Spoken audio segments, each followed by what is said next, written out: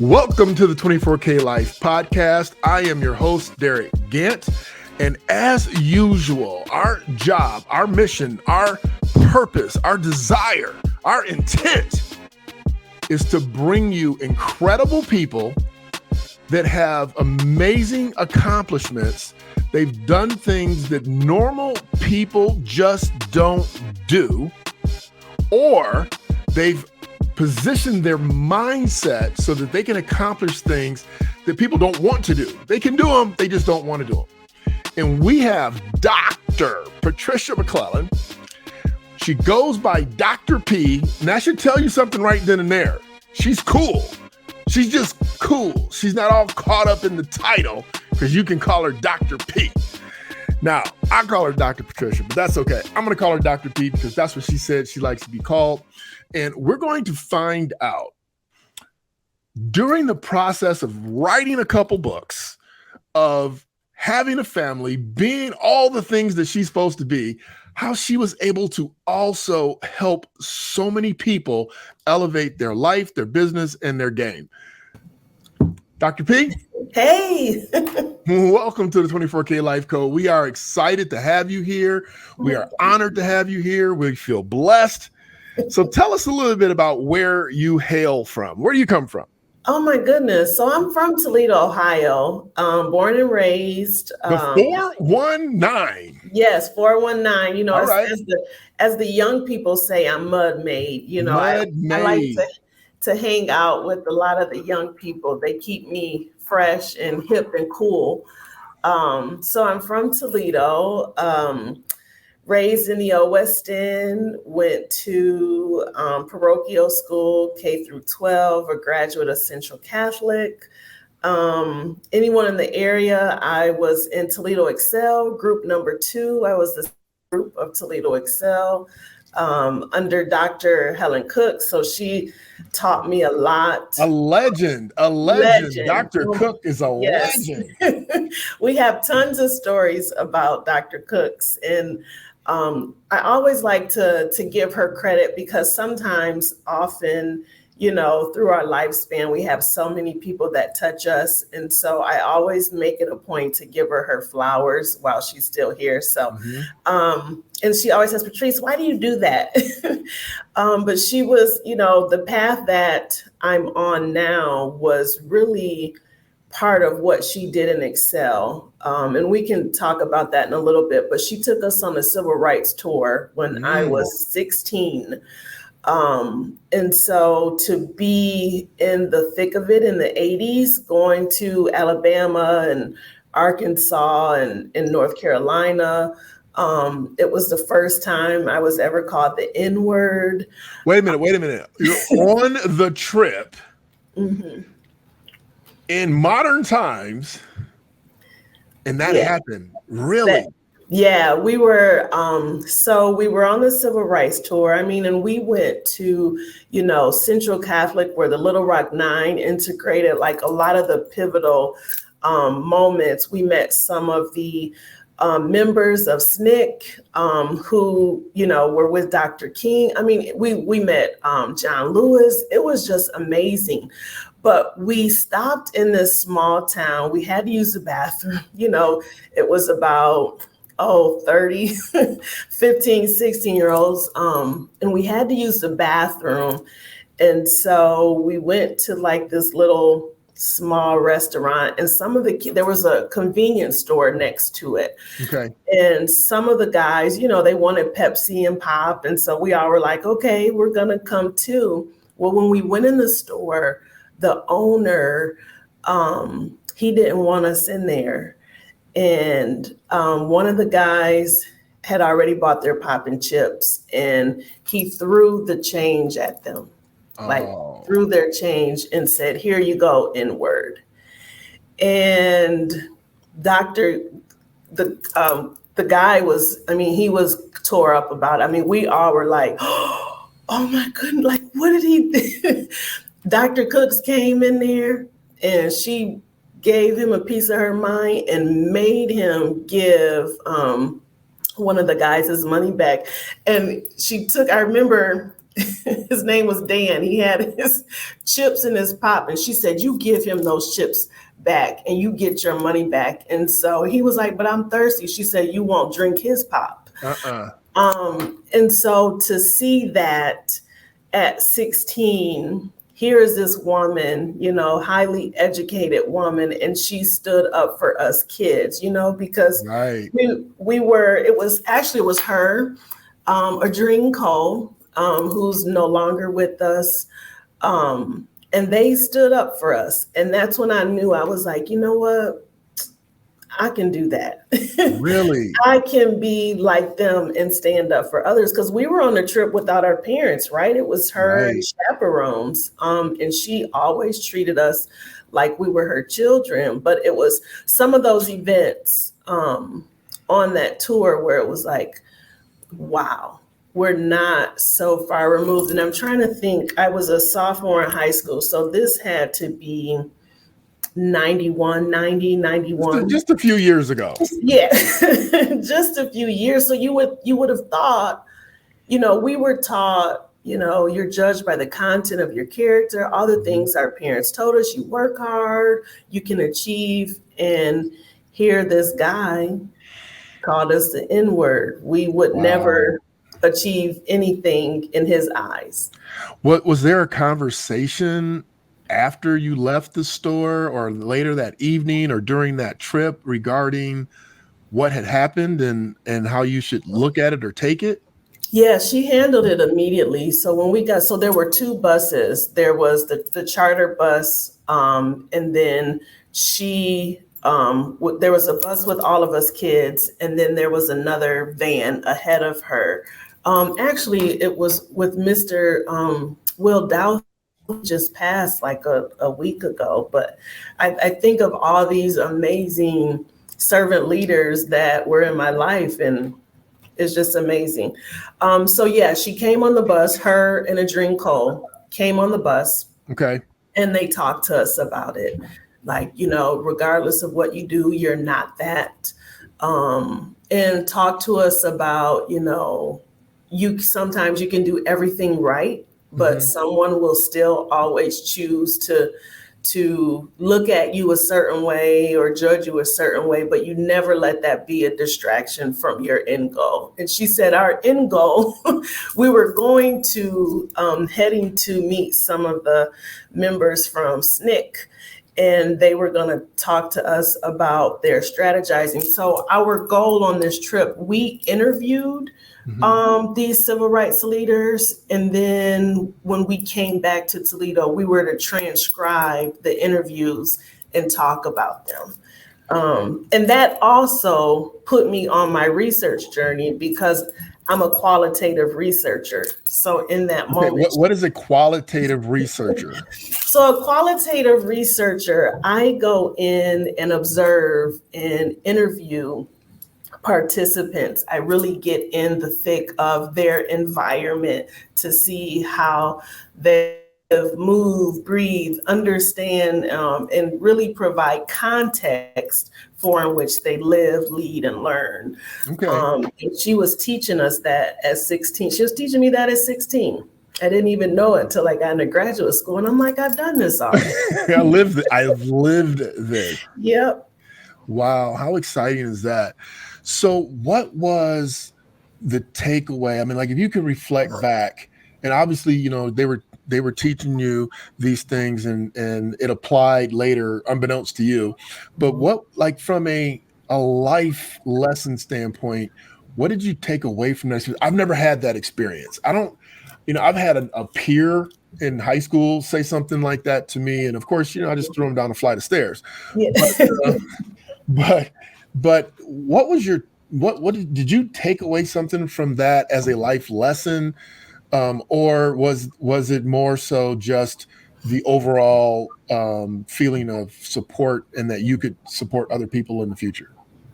So it was that too. I knew at that moment that some of the things that I was being taught, you just work hard, you can achieve the American dream, you can do all of these things. The civil rights movement was great. It did all these fabulous things. But when you get into communities and spaces that were not necessarily happy about the changes, that's when I was like, this is bigger than what we think it is. And it's not going to change overnight, because even though we had the right to go into his store, doesn't mean he wanted us there. And so that's, I tell my daughter that, especially she goes to college in Alabama, ironically. Are you serious? Yep, she's at an HBCU in Alabama. What school does she go to? Alabama A&M. It's her senior year. Yep, I just got back. Yep, I just got back yesterday. You dropping her off? Yep. Okay. All right. So we had to have that talk about. Yeah, I imagine. So and so I wanted to ask a different question, but since we're on this track, let's just stay on it. So you have the talk with her. She goes, she's going to be a senior. Has anything changed, or has it significantly changed, or did it change or then change back given what? The past president? She loves Alabama. Okay. When she comes back to Toledo, and we were talking this past weekend when we were, shopping, of course. And one thing you notice when you go into the South, there's still, from my experience, they're still very cordial and polite. So you'll still hear some of the things we grew up with. Yes, ma'am. No, ma'am. Excuse me. Thank you. So you hear a lot of the pleasantries, which, you're like, oh, wow, it's really nice. And so what she says, Mom, I like Alabama. She says, because if people don't like you, if white people don't like you, they just don't speak to you. Gotcha. So She says, so what's friendly, what's not, where to go. She says, but when I come back home to Ohio, she says, the white people here are mean. And I was kind of like, so having gone back, a couple times, I noticed what she's talking about. So I don't understand, because I would assume that up north, you really wouldn't know if white people didn't like you. Yeah. I just assume you wouldn't know, but she's saying that they're mean, so that means you would know, correct? Yeah. Okay. Yeah. She says it's definitely a vibe. Huh. And I was just like, wow. So as we're talking about what she's gonna do when she graduates, she's definitely doesn't want to come back to Ohio. No, she wants to stay in the South. Okay. Well, my aunt lives in the South. She's a doctor as well. She's a dean of a university. So, I get it. I get it. Dr. Austin. Dr. Austin. Yeah. That's my aunt. And so she was just here last week, and we didn't have the race conversation, but or we've never really had the race conversation. I've just told her, she just asked me why I've never visited. And I'm like, because I'm not trying to get lynched. She's like, she just shakes her head. It's not like that. It's not like that. No. Yeah. No, but my dad, my stepdad was from Huntsville. My sister is in Huntsville. Okay. Where my daughter is. And so my dad would always say when he lived here, that he always wanted to go back to the South because at least he knew where he stood. Yeah. Well, so let's get down to it. Okay. Why are you here? Oh my goodness, the $1 million question. I ask myself that a lot. Every time I say I'm going to leave Toledo again, because I did leave when I was faculty at Miami. I was gone for a few years, and then an opportunity came back. And of course, I wanted to come home, be close near family. Every time I say I'm going to leave, then something pulls me back in. So as I'm looking like, okay, where we're going to go, because my youngest is 8. So I'm like, we can still find some. Yeah, before you settle in high school with all your friends. Before he gets in high school. And then before you know it, I get on the CASA board, and then I become a CASA, and then I get a case. And so it's like, okay. I'm here. I like Toledo. There are some things that drives me nuts about this town. But for the most part, I mean, cost of living is low. I can Right. still maintain, you know, life here. And when I get tired, I go to Chicago or, you Okay. know, get on a plane. Chicago is my favorite city. Is it really? It is my favorite city in the whole country. It's not because of the shopping, right? Well, that part and the food. And I just love the whole vibe of the city. Like Okay. the history of it, especially politically and with civil rights. I mean, it was just a nexus of Black leadership and growth. Now, So when I go there, I just always try to feel like find something new. okay, perfect. Now, are you active in activism? And that's an honest question. I don't know. So I don't know. You could say no, yes, or maybe. I don't know. I don't know. I would say for the most part, yes, in a different way. So I used to, you know, when there's rallies and stuff like that, I'm definitely there. Okay. You know, as a participant and as an observer. Mhm. So usually I'm observing, videoing, seeing, you know, what police are doing, kind of being on that end. But I'm more in the policy space. So Okay. when it comes to, you know, getting things pushed through, signing things. So a lot of times people that I know, friends of mine that are politicians, congressmen, senators, I usually, you know, go over their briefs, add the research that's missing. A lot of times when we have policy, there is a void of including research from Black scholars and Okay. Indigenous scholars and Latinx scholars. And so I'll always say, if you're going to do this policy, then you need to think about it in this way because it can have this impact. Okay. So let me. I got a weird question. That's not weird. That's not weird. It's weird because of where it's coming from, but it's not weird because it's probably right up your alley. Okay. So you're a researcher, and you have been. I have been sheltered. So you know we didn't do any activism thing. If we activated, it was at church. You know, with the Holy Ghost. I was sure, yep. So my question is, and I don't know exactly how to ask it, but my question is, based on research, do you believe that in order to make significant strides, civil rights wise, you know, for minority wise, that there should be violence involved?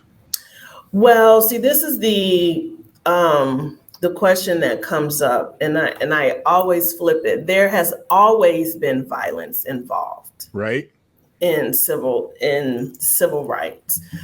Our strategy, and when I say our strategy as Black people, when we think of the civil rights, a strategy to combat that racism was nonviolence. So nonviolence was a strategy because we were getting beat, lynched, killed, all of the gamut of the spectrum. So when you have societal upheaval, violence will necessarily be involved in it.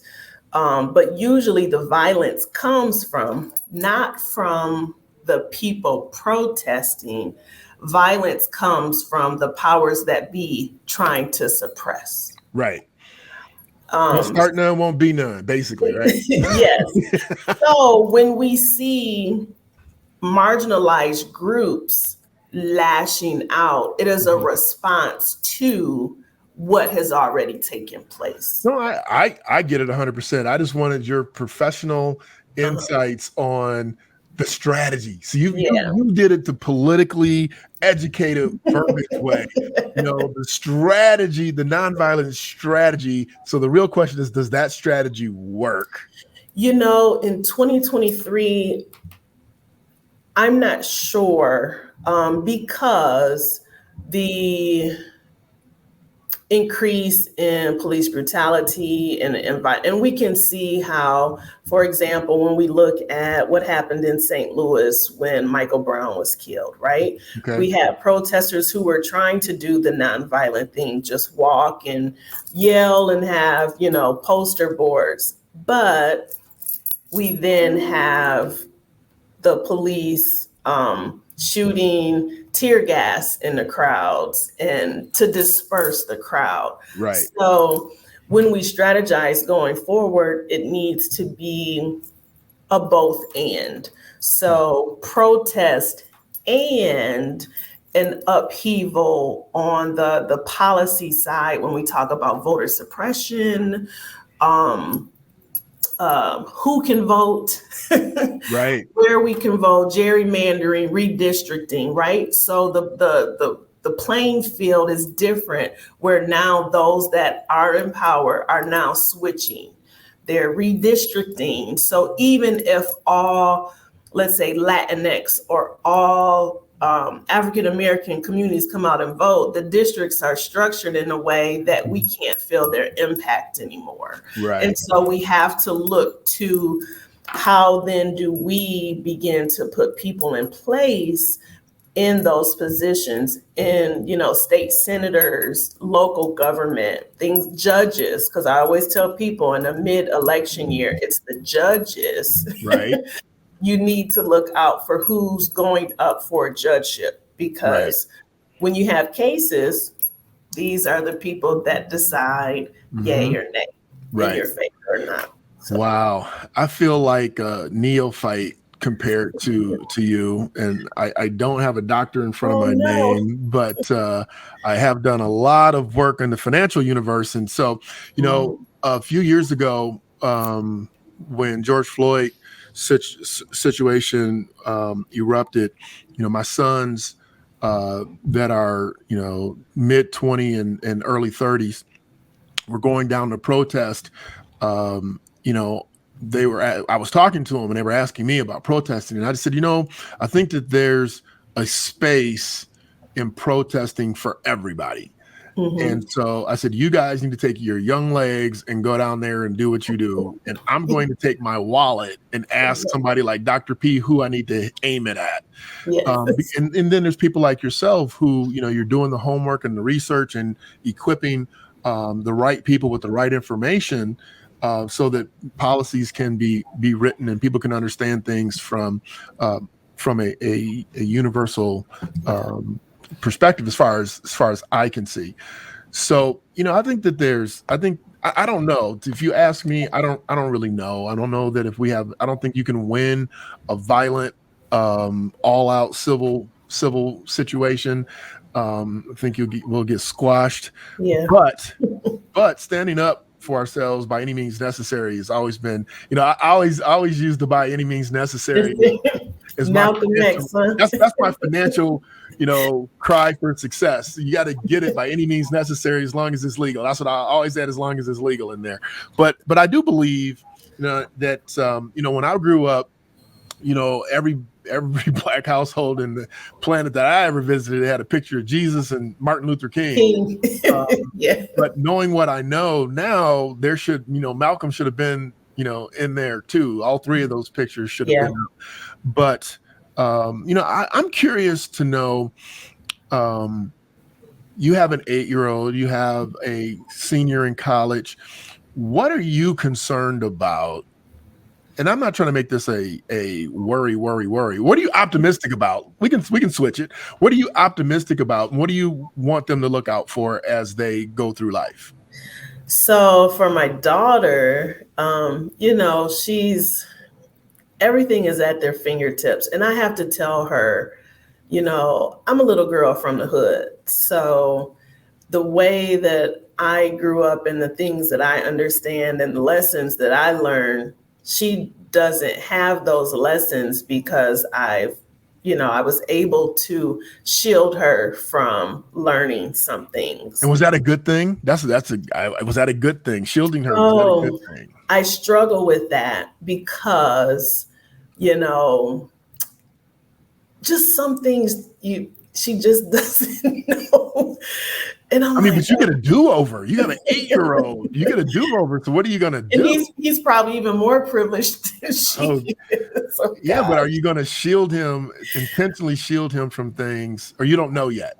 I don't, you know what? I don't know yet, because I look at her and she's such a dynamic person. And I'm like, man, I did good with her. Mm-hmm. And then I'm like, wow, she's going to be in the real world. And okay, did I prepare? You know, I've, you know, she talks about, we were in church all day, every day, you know.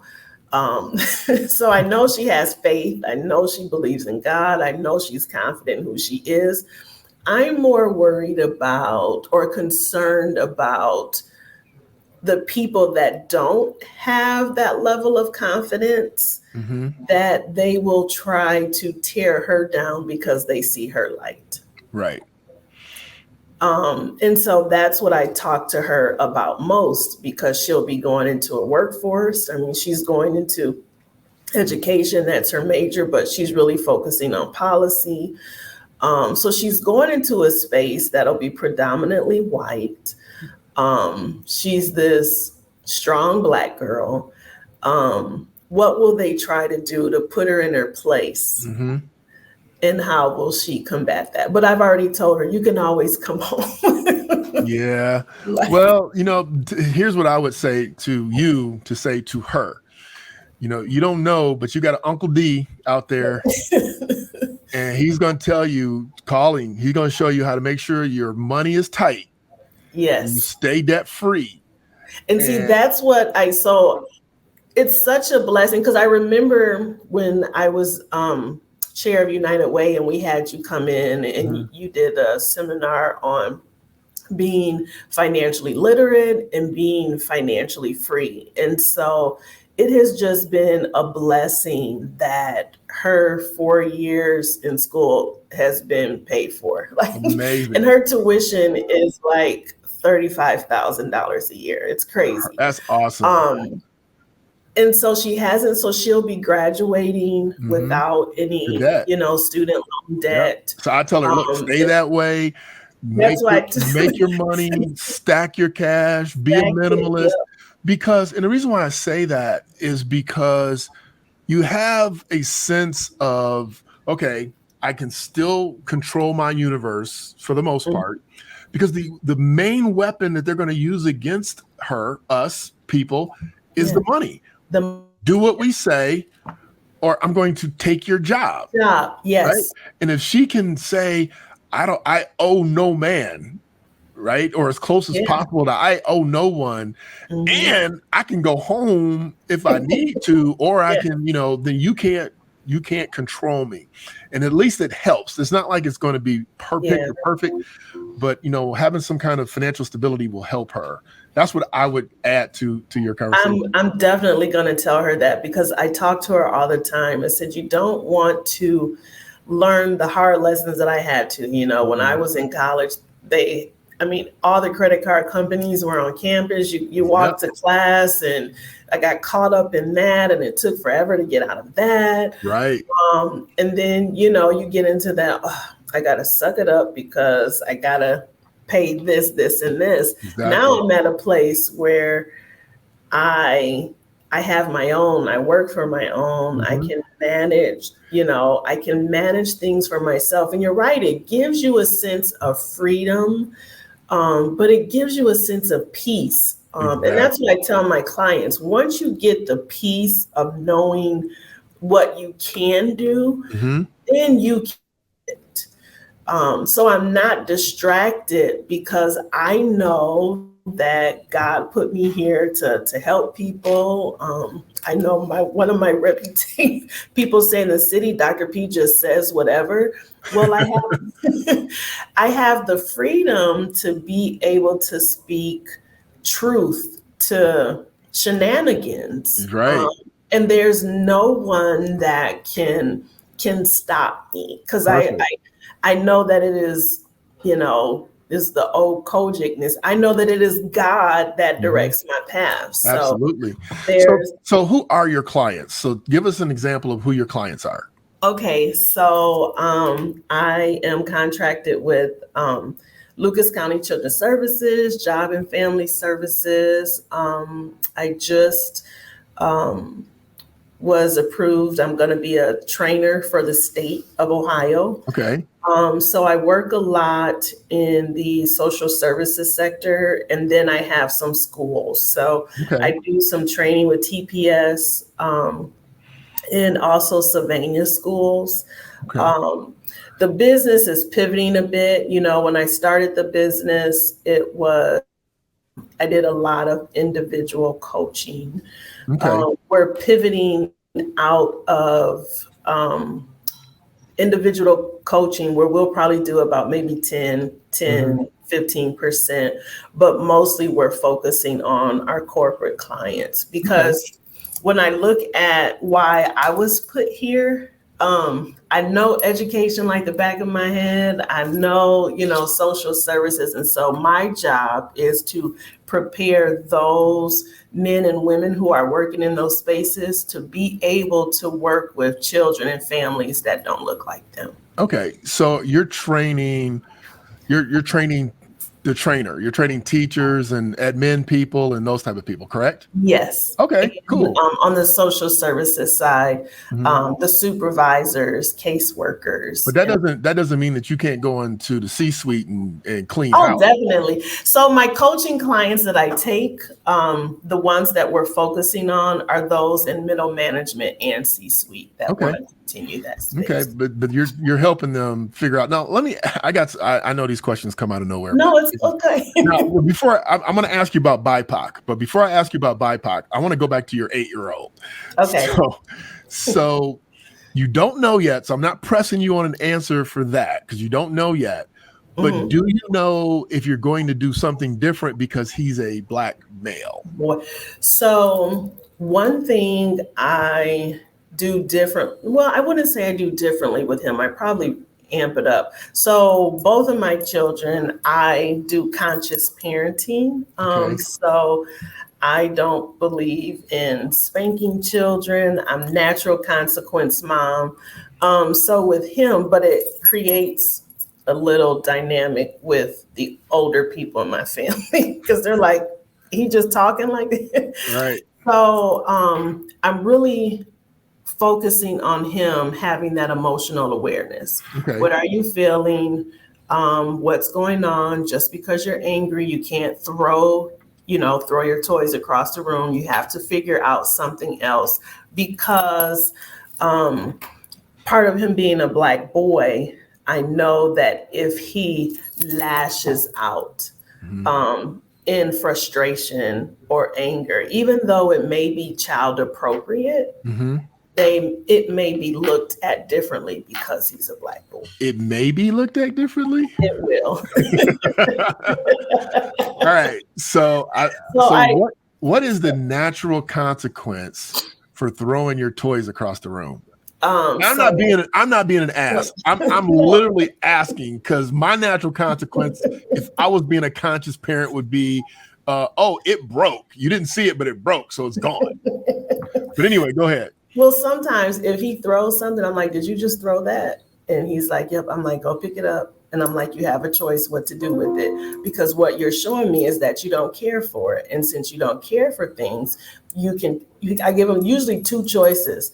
I'm like, you can choose to throw it away since you don't care for it, or you can put it in its place and you can do your work that you need to do to calm down.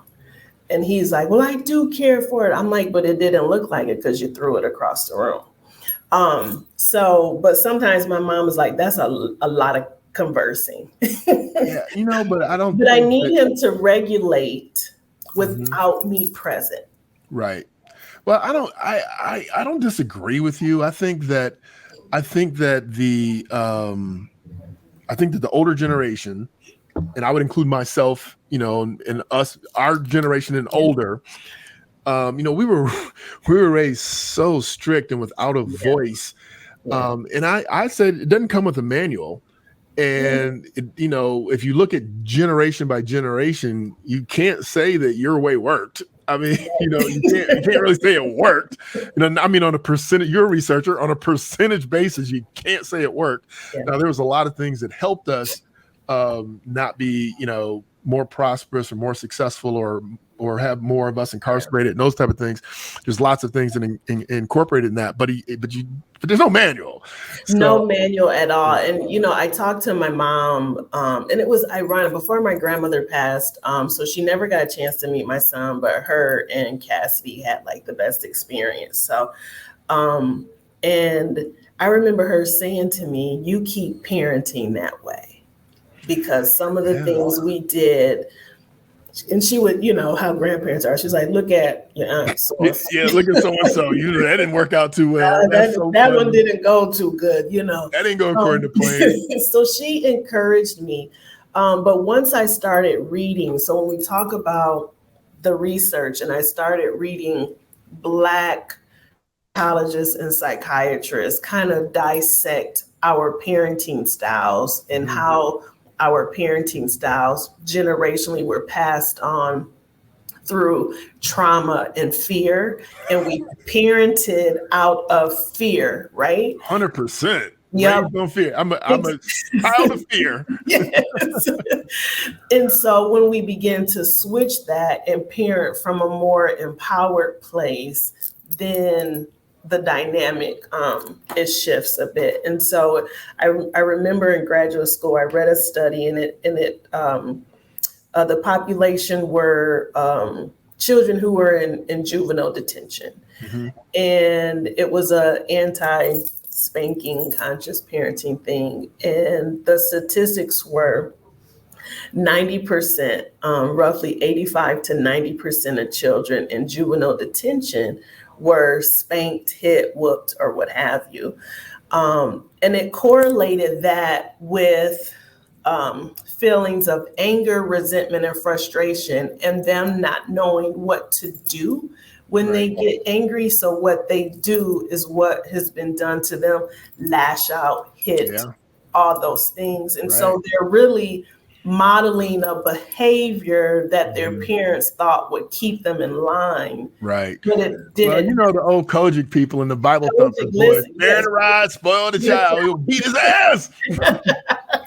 And then I would always say, oh, don't get me started when I talk to church folks, because I would say, when we talk about spare the rod, spoil the child, I'm like, the rod was the rod of correction. But when we look at a sheep and the shepherd never used that rod to beat the sheep. He didn't beat the sheep. He just nudged them in the right way. He nudged them and guided them in the right way. I'm like, that's what we're supposed to do with the rod. Guide them. Not beat the hell out of them. Yeah, well, they missed that part. They never got the intuitive instruction.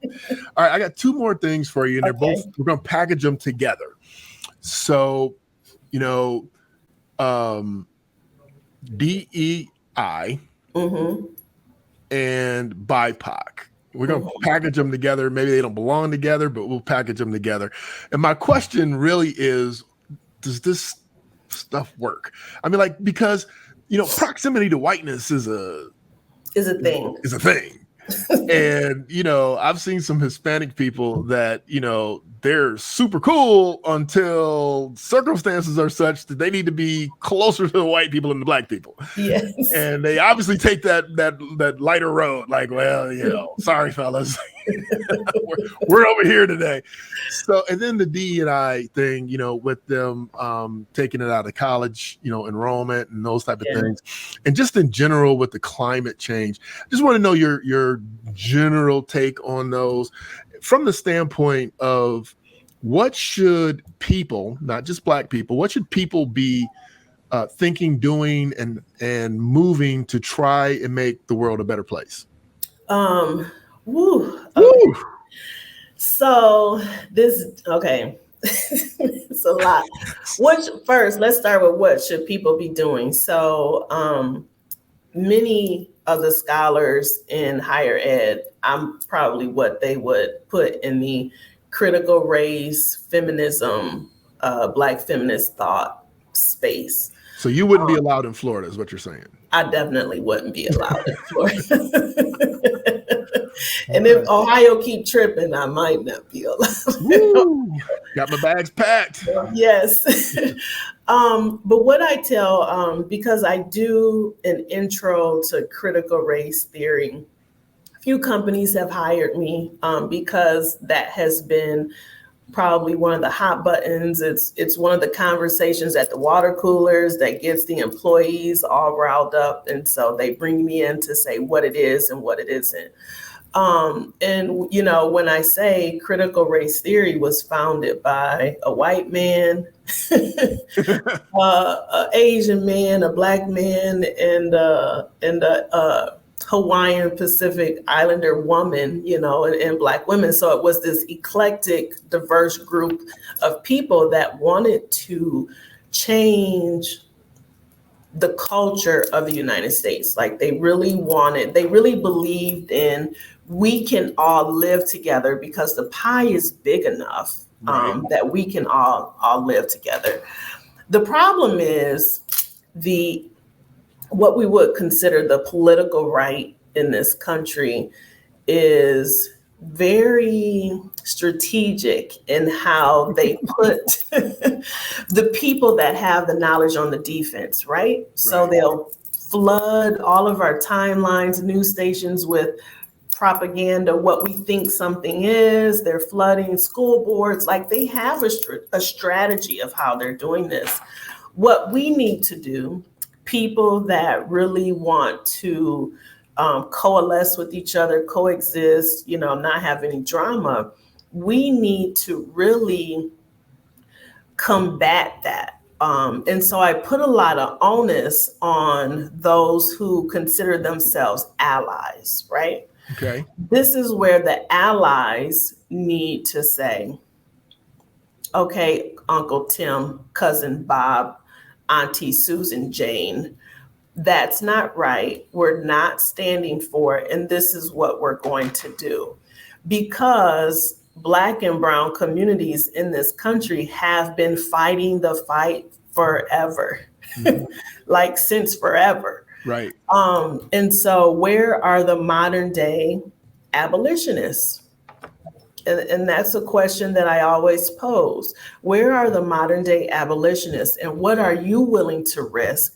Because Black and brown communities are risking so much. Right. And they're risking their lives, education, where they can get good health. You know, we see Black women dying, giving birth. Like, where are the modern day abolitionists, allies, accomplices, whatever we call them? Where are you? Right. Yeah, I agree with that. You're in these positions of power. So where are you and what are you doing with it? So that's one thing that needs to be happening. And there needs to be a level of accountability with that. On the flip side, there also needs to be a grassroots strategy. What are we going to do locally? You know, so locally, I always look at kind of the landscape of who's next in line, right? So we saw, a year or so ago when the Constitution, they wanted to change the Constitution so the mayor could get another election. I was like, oh no. No. When anytime someone seeks to change the Constitution, that should be a red flag. Exactly. And so those are the things that we need to do. But then, you know, if anyone follows me on Facebook, I always say I miss, regardless of, you know, what's going on legally, I miss the Yvonne Harpers of city council. Because one thing when she was in office, we knew everything that was going on. We knew what was getting voted on, what was on the docket, when we could show up to a meeting. We knew everything. That's true. We don't know. We don't know anything. Yeah, I had to read up before the Tuesday vote on issue 1. You know, last week I had to actually, you know, because I was told, well, vote no. And then I was reading some things about voting yes. So then I had to pull up and read it so I could understand. But you know, there was no big push. I shouldn't say there was no big push because I fly solo. It might have been a big push and it just flew over me. But you're right. I remember Miss Harper, and I remember her always letting everybody know when to show up, what to show up about, what was going on, what they were trying to hoodwink who with. Yep. And, and so we knew all the tea. Yeah, we knew all the tea. We don't have the tea, but we have people that look like us that should be giving us the tea. Okay. So they do know, they're just not spilling the beans. They're not telling. We don't know. All right. I got you. So let me ask you, and I know I said that was the last question, but let me ask you this parting question. Okay.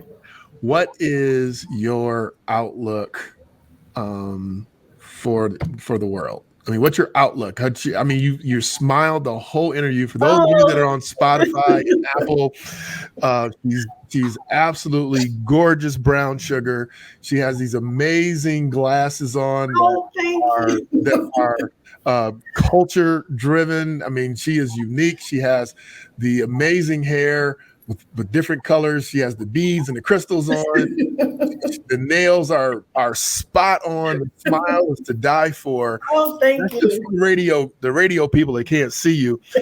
So I would have to say it's optimistic just by your presence, by your education, by your never say die attitude. But that doesn't mean that's what it is. So I'm asking you, what's your outlook for the world? You know what? Definitely. No, so through my Kojic background. And just for those of you, we've said Kojic a few times. It is the Church of God in Christ. Yes. Through that, in researching and learning, I don't want to say I know I'm very in tune here, naturally, but, everything I do, it's really, I'm spiritually led. Okay. So even when, and I tell people I'm a race scholar. So a lot of times people say, all she talks about is race. And I'm like, wow, that's everything I read, and we live it every day. So I could look at things and pinpoint it, and then I can look at the history and dissect it. So one of my giftings is that I can bring order to chaos. So I can see something and then I can put the pieces together. And that's probably why the companies are like, we need you back, Dr. P, because I can just put it so succinctly. So I am optimistic, but I always tell people, if you begin to read history, and I always say, start with Black scholars and Latinx scholars, because they're speaking from a communal experience and adding the research to it. So you'll get a piece that's not in the mainstream. Right. That's where most of your answers are when you start like, hey, why are they doing this? Well, Toni Morrison told us that racism is a distraction. If someone tells you you're not smart enough, you're going to spend your life proving that you are smart. So now I live like this is a distraction. I'm not going to get distracted because this is my goal. Right. So we have to learn to be laser focused on what our goal is, but each of us has a different goal that will come together to build the whole piece of the puzzle. That's where we're faltering. And this is where then I put some of the onus, because I'm all about holding people accountable. I hold the allies accountable, but I also put the onus on the Black church. This is what the nexus of the Black church used to do. It used to keep us focused on the goal. Right. Now, when we look at quote unquote, the Black church, we have an influx of the prosperity gospel manifesting and all of that, which is still great. But what is our end goal? Is our end goal to accumulate all this stuff?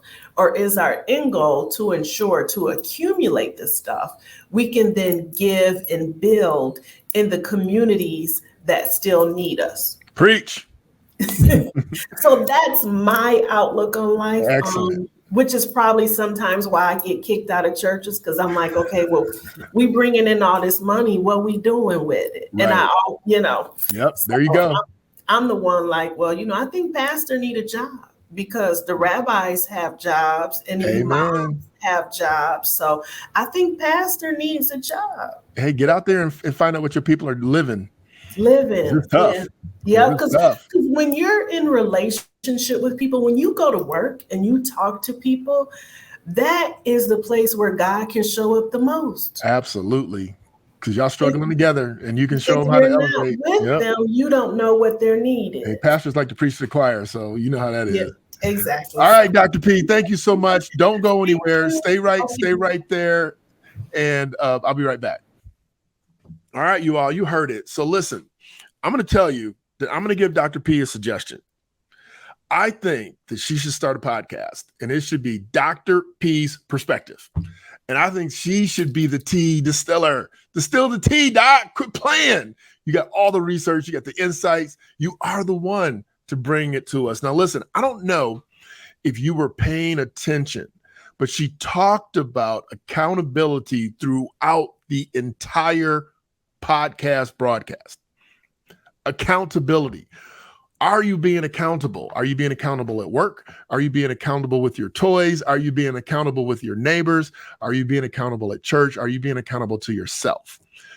These are the things that we have to have that when I say we, anybody that's striving to be their best, to be 24K, that includes brown, black, allies, abolitionists. It includes everybody that's looking to deliver their absolute best to society so that we can all heal and be better as society. I preach about the prosperity, I preach about abundance and money, but the reality is that all of those things get us to a perspective, to a position that we can help other people, that we can all rise together. It is not to be prosperous just to hoard. It is to be prosperous so that you're free to speak your mind.